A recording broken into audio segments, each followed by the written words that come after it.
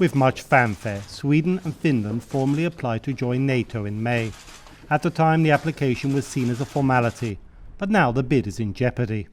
Turkey's President Recep Tayyip Erdogan says he will veto Sweden's and Finland's applications unless they end what he says is their support of the Kurdish rebel group, the PKK, which is fighting Turkish forces and which Ankara considers a terrorist group. Helsinki and Stockholm deny supporting the PKK.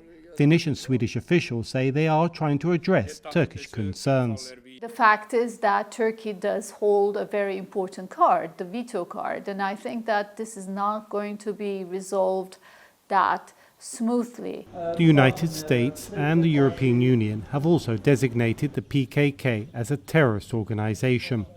Erdogan is also calling for nations to stop supporting the Syrian Kurdish group, the YPG, which he says is linked to the PKK.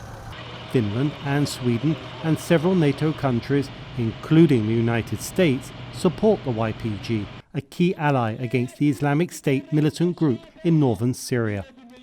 But President Biden could be the real target of Erdogan's hardening stance over NATO enlargement. Many people do think that the objections to Finland and Sweden are basically messages to the United States to take Turkey more seriously, to engage with Turkey, and for President Biden to, if you will, to resurrect that personal relation that President Erdogan established with President Trump.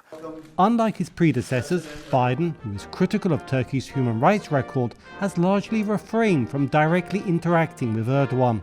Instead, analysts say Washington will work around Turkey's veto threat by deploying security forces with other NATO countries to Sweden and Finland, further isolating Turkey.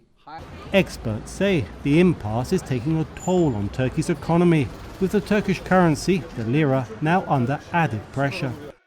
But analysts say this is a price Erdogan may be ready to pay, aware that appearing to stand up to NATO plays well with his voters.